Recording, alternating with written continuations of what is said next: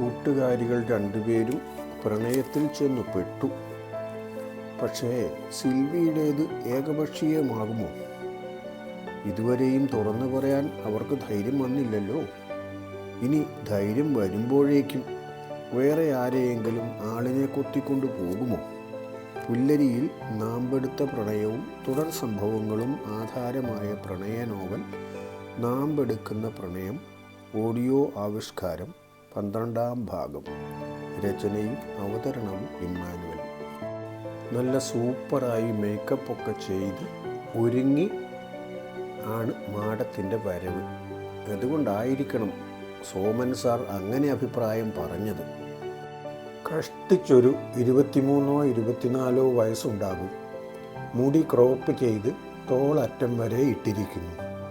അല്പം നീണ്ട മുഖമാണ്, വെളുത്ത് ചുവന്ന നിറം, സാമാന്യത്തിലധികം വലിപ്പമുള്ള കണ്ണുകൾ, അധികം നീണ്ടതല്ലാത്ത മൂക്കും, അതിന് താഴെ പൊടിച്ചു നിൽക്കുന്ന സ്വർണ്ണ നിറമുള്ള മീശയും. ഈ പ്രായക്കാർക്ക് പൊതുവെ ഉണ്ടാകാവുന്നതിലും കൂടുതൽ തടിയുണ്ട്. മേക്കപ്പ് ഇല്ലെങ്കിലും മൊത്തത്തിൽ ആള് സുന്ദരിയാണ്. സാർ ഇവിടെ അടുത്താണോ താമസം? വീട്ടിൽ ആരൊക്കെയാണുള്ളത്? ഇവിടെ അടുത്താണ് ഞാൻ താമസിക്കുന്നത്, ക്വാർട്ടേഴ്സിലാണേ. വീട്ടിൽ അമ്മ മാത്രമേ ഉള്ളൂ. എൻ്റെ ചെറുപ്പത്തിൽ തന്നെ പിതാജി മരിച്ചതാണ്. വീട്ടിലേക്ക് വിളിച്ചിരുന്നെങ്കിൽ ഒഴിവുള്ള ഒരു ദിവസം വെറുതെ അവിടെ വരെ നടക്കാമായിരുന്നു. അമ്മയെ പരിചയപ്പെടുകയും ചെയ്യാം. കോൺവെൻറ്റിൻ്റെ അവിടെ നിന്നും പരമാവധി 1.5 കിലോമീറ്റർ നടന്നാൽ പോരെ? 1 കിലോമീറ്ററേ കാണുകയുള്ളൂ. കോൺവെൻറ്റിൻ്റെ അവിടെ നിന്നും ഓഫീസിലേക്ക് വരാൻ 1/2 കിലോമീറ്റർ അല്ലേ ഉള്ളൂ. ഇവിടെ നിന്നും ഒരു 300 മീറ്റർ ദൂരമേ ഉള്ളൂ വീട്ടിലേക്ക്. വീട്ടിലേക്ക് വിളിച്ചാലല്ലേ എന്നാലും വരാൻ പറ്റൂ. ക്ഷണിക്കാതെ എങ്ങനെ വരും? ഞാൻ താമസിക്കുന്ന വീടായിരുന്നെങ്കിൽ ഞാൻ ഇപ്പോൾ തന്നെ ക്ഷണിച്ചേനെ. ഞാൻ വീട്ടിലേക്ക് ക്ഷണിച്ചിരിക്കുന്നു. ഒഴിവുള്ള സമയത്ത് വന്ന് അമ്മച്ചിയോടും സംസാരിച്ച് സന്തോഷമായി തിരിച്ചു പോകാം. ക്ഷണം ഞാൻ സ്വീകരിച്ചിരിക്കുന്നു. വരുന്ന ഞായറാഴ്ച പള്ളിയിൽ കഴിഞ്ഞ് അമ്മച്ചിയുടെ കൂടെ തന്നെ ഞാനും വരും. ഒരു സഹപ്രവർത്തക ആദ്യമായി എൻ്റെ വീട്ടിൽ വരുന്നതാണ്. അപ്പോൾ കാര്യമായ ഒരുക്കങ്ങൾ നടത്തണ്ടേ? വരുന്ന ഞായറാഴ്ച ആവുമ്പോഴേക്കും ഇത്രയും കുറച്ച് ദിവസങ്ങളല്ലേ ഉള്ളൂ. ആ ദിവസങ്ങൾ കൊണ്ട് ഒരുക്കങ്ങളൊക്കെ ചെയ്യാൻ പറ്റുമോ? പാവപ്പെട്ട ഈ ഞാൻ വരുന്നതിന് എന്തൊരുക്കങ്ങൾ ചെയ്യാനാ സാറേ? എന്തെങ്കിലുമൊക്കെ കാണാതിരിക്കുമോ? ഉള്ളതൊക്കെ തന്നെ ധാരാളം. പിന്നെ നിങ്ങളവിടെ ഉണ്ടല്ലോ. അങ്ങനെ പറഞ്ഞു കഴിഞ്ഞ് ജിമ്മി അന്ന് പോന്നതാണ്. ദിവസങ്ങൾ കഴിഞ്ഞു. ഞായറാഴ്ച റോസിയോട് വരാൻ പറഞ്ഞ കാര്യം അമ്മച്ചിയോട് പറയാൻ ജിമ്മി മറന്നുപോയി. ഏതായാലും ഞായറാഴ്ച അമ്മച്ചിയുടെ കൂടെ ജിമ്മി പള്ളിയിൽ പോയിരുന്നു. അതുകൊണ്ട് അവിടെ വെച്ച് റോസിയെ കാണാനും കഴിഞ്ഞു. അപ്പോഴാണ് അന്ന് പറഞ്ഞ കാര്യം ഓർമ്മ വന്നത്. അവിടുന്ന് അമ്മച്ചിയെ വിളിച്ചു മാറ്റി നിർത്തി ജിമ്മി കാര്യം പറഞ്ഞു. ഒന്ന് ദേഷ്യപ്പെട്ട് നോക്കിയതല്ലാതെ ദേഷ്യപ്പെട്ടൊന്നും പറഞ്ഞില്ല. അതിന് പകരം പറഞ്ഞത് ഇങ്ങനെയാണ്: ഞങ്ങളങ്ങ് പോയിക്കോളാം, നീ എന്തെങ്കിലും വാങ്ങിക്കൊണ്ട് പുറകെ വന്നാൽ മതി. ആ കൊച്ചിന് തിന്നാൻ എന്തെങ്കിലും കൊടുക്കണ്ടേ ചായയ്ക്ക്? രാവിലെ എന്തെങ്കിലും കഴിച്ചതാണോ ആവൂ? രാവിലെ കഴിക്കാനുള്ളത് വീട്ടിലുണ്ടല്ലോ, അതിൽ നിന്നും കൊടുത്താൽ മതി. പള്ളിയിൽ നിന്നും അമ്മച്ചിയുടെ കൂടെ റോസി ക്വാർട്ടേഴ്സിലേക്ക് പോകാനിറങ്ങി. ജിമ്മി സാധനങ്ങൾ വാങ്ങാൻ കടയിലേക്കും. ആരാ അമ്മച്ചിയുടെ കൂടെ ഞാനറിയാത്ത ഒരാൾ? സിൽവിയാണ് ചോദിച്ചത് എന്ന് അമ്മച്ചിക്ക് ഒച്ച കേട്ടപ്പോൾ തന്നെ മനസ്സിലായി. അല്ലെങ്കിലും ജിമ്മി അല്ലാതെ ഇവിടെ തന്നെ അമ്മച്ചി എന്ന് വിളിക്കുന്നത് അവൾ മാത്രമേ ഉള്ളൂ. ജിമ്മിയുടെ കൂടെ ജോലി ചെയ്യുന്ന പുതിയ ആളാ മോളെ, പേര് റോസി. സിൽവിയുടെ മുഖം വാടിയത് വളരെ പെട്ടെന്നായിരുന്നു. പക്ഷേ അതാരും ശ്രദ്ധിക്കാതിരിക്കാൻ അവൾ ശ്രമിച്ചു. അതിലവൾ വിജയിക്കുകയും ചെയ്തു. റോസി മാഡം അമ്മച്ചിയുടെ കൂടെ വന്നത് സിൽവിക്ക് അത്ര പിടിച്ചില്ല. എന്തിനാ ഇങ്ങനെയുള്ളതിനെയൊക്കെ വീട്ടിലേക്ക് വിളിച്ചു വരുത്തുന്നത് എന്നാണ് അവൾ ചിന്തിച്ചത്. എന്നാലും അങ്ങനെ ചോദിക്കാൻ പറ്റുമോ? അത് അവരുടെ കാര്യമല്ലേ. അന്നേരമുണ്ടായ ദേഷ്യത്തിന് അമ്മച്ചിയുടെ കൂടെ ക്വാർട്ടേഴ്സിലേക്ക് കയറാൻ പറഞ്ഞിട്ടും കയറാതെ നേരെ വീട്ടിലേക്ക് വെച്ചു പിടിച്ചു. വീട്ടിൽ വന്ന് കാപ്പികുടിയും കഴിഞ്ഞ് മുറിക്കകത്ത് കയറി കുറച്ച് സമയം എന്തൊക്കെയോ പറഞ്ഞുകൊണ്ടിരുന്നു. ഓരോന്ന് കെട്ടിയൊരുങ്ങി വന്നേക്കുന്നു. വീട് കാണാനാണത്രേ. ബാക്കിയുള്ളവൻ്റെ മനസമാധാനം കളയാൻ എന്നൊക്കെ ആയിരിക്കും അവൾ പറഞ്ഞത്. എങ്ങനെയെങ്കിലും മനസ്സിനെ ഒന്ന് സമാധാനിപ്പിക്കണ്ടേ. അപ്പോഴേക്കും മനസ്സ് ഒന്ന് തണുത്തു. സാറാമ്മച്ചി നീട്ടി വിളിക്കുന്നത് കേട്ടാണ് സിൽവി പുറത്തേക്കിറങ്ങിയത്. നീ അവിടെ എന്തെടുക്കുക പെണ്ണേ? വാ, നമുക്ക് തുണി അലക്കാം. വാഷിംഗ് മെഷീനിൽ അത്രയും തുണിയിടാൻ 10 ആളും ചരവത്തടിയും വേണോ? എന്നാൽ നീ വന്ന് ചെയ്തോടി. ഒറ്റയ്ക്ക് മതിയെങ്കിൽ നിനക്കും പറ്റുമല്ലോ. നിന്റെ കൈക്കും വേറെ പണിയൊന്നുമില്ലല്ലോ. ഞാൻ വന്ന് കൂടിയേക്കാമേ. നല്ലൊരു ഞായറാഴ്ച ആയിക്കൊണ്ട് വഴക്കു കൂടണ്ട. ഉച്ച കഴിഞ്ഞ് ഡോമിനിയെ കാണാൻ പോകണം. അവൻ ആശുപത്രിയിൽ നിന്ന് വന്നിട്ട് നമ്മൾ പോയില്ല. അതിനു മുമ്പ് അലക്കും ഉണക്കും എല്ലാം കഴിയണം. മനസ്സിലായല്ലോ? അമ്മച്ചിയോട് തല്ലുകൂടിയിട്ട് ഒരു കാര്യവുമില്ല എന്നുള്ള വിവരം സിൽവിക്ക് നന്നായി അറിയാം. അതുകൊണ്ട് തന്നെ തർക്കം മതിയാക്കി തുണി അലക്കാൻ അവൾ അമ്മച്ചിയുടെ കൂടെ കൂടി. 12 മണിയാകുവോളം ചെയ്യാനുള്ള പണിയുണ്ടായിരുന്നു. ഒരാഴ്ചത്തെ മുഴുവനും ഒരുമിച്ച് അലക്കാനുള്ളതാ. ചെറിയ പണിയൊന്നുമല്ല. അതുകൊണ്ടായിരിക്കും സാറാമ്മ ഇത്ര നിർബന്ധിച്ച് അവളെ വിളിച്ചത്. എല്ലാം ഉണക്കി റെഡിയാക്കി എടുത്തു വെച്ചു. അപ്പോഴേക്കും അപ്പച്ചൻ ചേട്ടൻ കടയടച്ചേച്ചു വന്നു. ഡോമിനിയെ കാണാൻ പോകുന്ന വിവരം അപ്പോൾ സാറാമ്മ പറഞ്ഞു. എന്നാൽ വേഗം ഊണ് കഴിച്ച് തയ്യാറായിക്കൂ. ഇപ്പോൾ തന്നെ പോകാം. അന്നത്തെ പോലെ അധികം വൈകാതെ നമുക്ക് തിരിച്ചും വരാം. എന്താ, അങ്ങനെ പോരെ? അങ്ങനെ തന്നെയാണ് ഞാനും വിചാരിച്ചത്. സിൽവി കൊച്ചേ, ചോറും കറിയും എടുത്തോടി. നമുക്ക് വേഗം കഴിച്ചിട്ട് പോകാം. ബേബി എവിടെയാണ്? കളിക്കാൻ പോയോ? അവൻ ഇപ്പം ഇവിടെ ഉണ്ടായിരുന്നല്ലോ. ഞാനിവിടെ ഉണ്ടമ്മച്ചി. ഞാനിതാ വരുന്നു. കൈയും മുഖവും കഴുകി വാടാ ഭക്ഷണം കഴിക്കാൻ. എന്നിട്ട് നമുക്ക് ഡോമിനി അങ്കിളിൻ്റെ അടുത്ത് പോകണം. മാമച്ചൻ കൊണ്ടുതന്ന കേഴയിറച്ചി കറി വെച്ചതും കൂട്ടി ചോറുണ്ടു. അപ്പച്ചന് പ്രിയപ്പെട്ട കാട്ടിറച്ചി പ്രിയപ്പെട്ടവൾ രുചികരമായി പാചകം ചെയ്തു കൊടുത്തിരിക്കുന്നു. പിന്നെ അയാൾക്ക് സന്തോഷമാകാതിരിക്കുമോ? ഭക്ഷണത്തിന് ശേഷം അവർ കരിമണ്ണൂരിലേക്ക് പോയി. ഡോമിനി സുഖം പ്രാപിച്ചു വരുന്നു.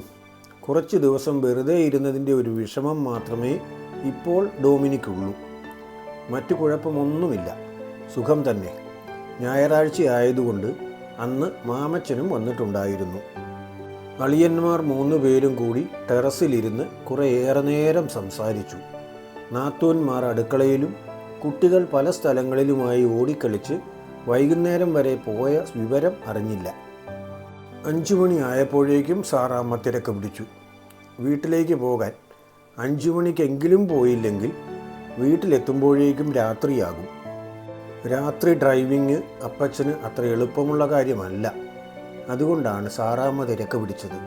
അതവർക്ക് നന്നായി അറിയാം. ഭർത്താവിൻ്റെ ആരോഗ്യസ്ഥിതി അറിഞ്ഞു ചെയ്യേണ്ടത് ഭാര്യയാണെന്നുള്ള ഉത്തമ ബോധ്യം സാറാമ്മയ്ക്കുണ്ട്. നമുക്കത്ര നല്ല സമയമല്ലെന്ന് തോന്നുന്നു. എത്രയായി ഈയിടെയായി അപകടങ്ങൾ. അതുകൊണ്ട് നമ്മൾ സൂക്ഷിക്കാനുള്ളത് നമ്മൾ തന്നെ സൂക്ഷിക്കണം. 10 മിനിറ്റ് മുമ്പ് പോയതുകൊണ്ട് ഒരു കുഴപ്പവുമില്ല. വൈകുമ്പോഴാണ് പ്രശ്നം. സാറാമ്മ തൻ്റെ തത്വശാസ്ത്രം വിശദമായി അവതരിപ്പിച്ചു. അതിനെ ആരും പിന്തുണയ്ക്കാതിരുന്നില്ല. എല്ലാവരും ഏതാണ്ട് അനുകൂലമായ അഭിപ്രായമാണ് മുഖഭാവത്തിലൂടെ വ്യക്തമാക്കിയത്. സാറാമ്മയുടെ അഭിപ്രായം കേട്ടെങ്കിലും അപ്പച്ചൻ അതിന് എതിരൊന്നും പറഞ്ഞു കേട്ടില്ല. അവർ ജീവിതകാലം മുഴുവനായി പാലിച്ചു വരുന്ന ഒരു ധാരണയാണ് അത്. ഒരാൾ തീരുമാനം പോലെ ഒരു കാര്യം പറഞ്ഞാൽ മറ്റൊരാൾക്ക് എതിർപ്പുണ്ടെങ്കിൽ പോലും അയാൾ പറയില്ല, എതിർക്കുകയുമില്ല. ആ തീരുമാനം അങ്ങ് നടപ്പിലാക്കും. ആ ധാരണ അവർ ഒരുമിച്ച് ജീവിക്കാൻ തുടങ്ങിയ കാലം മുതൽ ഇന്നുവരെ തെറ്റാതെ പാലിച്ചു പോരുന്നു. ഒരു തരത്തിൽ നോക്കിയാൽ അവരുടെ സന്തോഷകരമായ ജീവിതത്തിന് കാരണം ഒരു പരിധിവരെ ഈ ധാരണ പാലിക്കലാണ്. 5:30 കരിമണ്ണൂരിൽ നിന്നും പുറപ്പെട്ടു. 7 മണി കഴിഞ്ഞപ്പോഴേക്കും പുല്ലരിയിലെത്തി. അപ്പോൾ സമയം അത്രയൊന്നും രാത്രി ആയിരുന്നില്ല. അതുകൊണ്ട് വണ്ടി ഓടിക്കാൻ അപ്പച്ചന് ബുദ്ധിമുട്ട് അനുഭവിക്കേണ്ടി വന്നില്ല. ഫസ്റ്റ് ഷോയ്ക്ക് ആളുകൾ പോയി തുടങ്ങിയ നേരമായപ്പോഴേക്കും അവർ പുല്ലരിയിലെത്തി. നല്ലൊരു പടമാണ് എന്ന് ഓപ്പറേറ്റർ പറഞ്ഞിരുന്നു. മാറ്റിനിക്ക് പോകാനാണ് വിചാരിച്ചത്.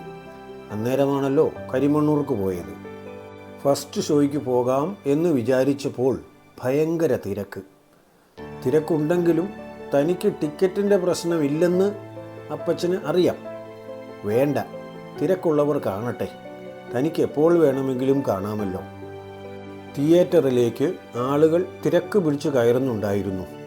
നല്ല തിരക്കുണ്ടെന്ന് തോന്നിയതുകൊണ്ട് അവർ ഫസ്റ്റ് ഷോ വേണ്ടെന്ന് വെച്ചു വീട്ടിലേക്ക് പോയി.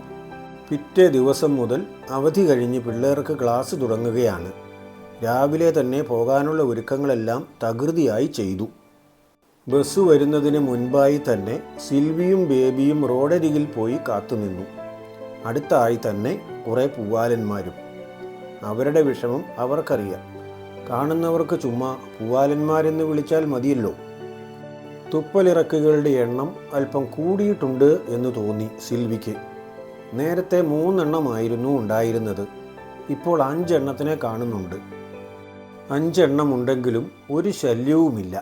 അവരവിടെ നിൽക്കുന്നു, നോക്കുന്നു, അവരുടെ ഉമിനീരിറക്കുന്നു. എന്തെങ്കിലും ശല്യമുണ്ടെങ്കിൽ അപ്പച്ചനോട് പറയാം. പക്ഷെ അങ്ങനെയൊന്നുമില്ലല്ലോ.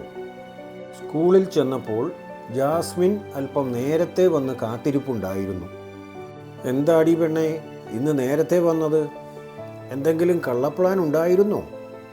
സിബി എങ്ങാനും നേരത്തെ വന്നോ? ഉള്ളത് പറഞ്ഞു, അതാ നിനക്ക് നല്ലത്. നീ എന്നാടി എന്നെ ഇങ്ങനെ ക്രോസ് വിസ്താരം ചെയ്യുന്നത്? അതിന് ഞാൻ എന്ത് കുറ്റം ചെയ്തു? ഞാൻ സിബിയുടെ കൂടെയൊന്നുമല്ല വന്നത്. അല്പം നേരത്തെ ആയിപ്പോയി ബസ് വന്നത് എന്ന് മാത്രം. അങ്ങനെയാണെങ്കിൽ കൊള്ളാം. നിന്റെ ജിമ്മി സാറിൻ്റെ കാര്യം എങ്ങനെയുണ്ട്? കാലൊക്കെ ശരിയായില്ലേ? ജോലിക്ക് പോയി തുടങ്ങിയോ? ആൾ ഉഷാറായോ? കാലൊക്കെ ശരിയായി, ജോലിക്ക് പോകാനും തുടങ്ങി. ഇപ്പോൾ ആ ഓഫീസിൽ എനിക്ക് തലവേദനയായി ഒരാൾ വന്നിട്ടുണ്ട്. അതാണ് ഇപ്പോൾ എനിക്കൊരു വിഷമം. വിഷമിക്കണ്ടടി പെണ്ണേ, എല്ലാം നേരെയാകും. നിന്നേക്കാൾ സുന്ദരിയായി ആര് വരാനാണവിടെ? നീ ഒന്നും പേടിക്കണ്ടടി. ആദ്യത്തെ പീരീഡ് തന്നെ സാമ്പത്തിക ശാസ്ത്രത്തിൻ്റെ അർച്ചന മിസ്സായിരുന്നു. ഉത്തരക്കടലാസും കൊണ്ടാണ് വന്നത്. എല്ലാ തവണത്തെയും പോലെ ഉച്ചത്തിൽ മാർക്ക് പറയാതിരുന്നാൽ മതിയായിരുന്നു. ഓരോരുത്തരുടെയും പേര് വിളിച്ച് ഉത്തരക്കടലാസുകൾ വിതരണം ചെയ്തു. മാർക്കുകളും ഉച്ചത്തിൽ തന്നെ വിളിച്ചു പറയുന്നുണ്ടായിരുന്നു. കൂടുതൽ കിട്ടിയവർ അഭിമാനിക്കട്ടെ, കുറച്ചുള്ളവർക്ക് നാണം തോന്നട്ടെ എന്ന രീതിയിലാണ് പറച്ചിൽ. Jasmine Jose 70, Sojan Paul 32. അവൻ്റെ മാർക്ക് പറഞ്ഞിട്ട് മിസ് അവനെ ഒന്ന് രൂക്ഷമായി നോക്കി. ഒരു ഭാവവ്യത്യാസവുമില്ലാതെ സോജൻ പോയി മാർക്ക് വാങ്ങാൻ നിന്നു. എന്തിനാടാ ഇങ്ങനെ പഠിക്കാനെന്നും പറഞ്ഞു വരുന്നത്? വീട്ടിലിരുന്ന് വല്ല കച്ചവടവും ചെയ്തുകൂടെ?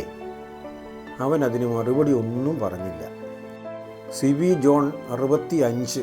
ആ മാർക്ക് കേട്ടപ്പോൾ സിൽവി ജാസ്മിനെ ഒന്ന് നോക്കി. അവളുടെ തുടയിലൊരു നുള്ളും കൊടുത്തു. വേദനയെടുത്തെങ്കിലും അവൾ അനങ്ങാതിരുന്നു. റോൾ നമ്പർ പ്രകാരം അടുത്തത് തൻ്റെ മാർക്കാണ്. തോറ്റ കാര്യമായിരിക്കുമോ ഇപ്പം വിളിച്ചു പറയുക? കർത്താവേ, സിൽവി പ്രാർത്ഥനയോടെ കാത് കൂർപ്പിച്ചിരുന്നു. നമ്മുടെ സിൽവി കൊച്ച് ആത്മാർത്ഥമായി പഠിച്ചതാ, എന്നിട്ടും തോറ്റു കാണുമോ? ടീച്ചർക്ക് എന്താണാവോ സിൽവിയുടെ മാർക്ക് പറയാൻ ഇത്ര താമസം? അതുകൊണ്ട് നമുക്ക് അടുത്ത ഭാഗം വരെ കാത്തിരിക്കാം. അപ്പോൾ എന്തായാലും പറയാതിരിക്കില്ലല്ലോ. പറ്റുന്നത് പോലെയൊക്കെ നന്നാക്കാൻ ശ്രമിക്കുന്നുണ്ടേ. എന്നാലും കുറവുകളൊക്കെ കാണുമായിരിക്കും. നിങ്ങൾ ക്ഷമിക്കുമെന്ന് കരുതുന്നു. കുറവുകൾ നിങ്ങളുടെ ശ്രദ്ധയിൽ പെട്ടെങ്കിൽ കമൻറ്റിലൊന്ന് കുറിച്ചേക്കണേ. നിങ്ങൾ നൽകുന്ന നിർദ്ദേശങ്ങളും സ്വാഗതം ചെയ്യുന്നു. ലൈക്കും ഷെയറും ഒക്കെ ചെയ്യുമെന്നാണ് എൻ്റെ ആഗ്രഹം, എൻ്റെ പ്രതീക്ഷയും. എന്നാലതൊക്കെ നിങ്ങളുടെ ഇഷ്ടം പോലെ. മറ്റന്നാൾ അടുത്ത ഭാഗവുമായി വരുന്നതുവരെ എല്ലാവർക്കും നന്മ നേരുന്നു. എല്ലാവർക്കും വേണ്ടി പ്രാർത്ഥിക്കുന്നു.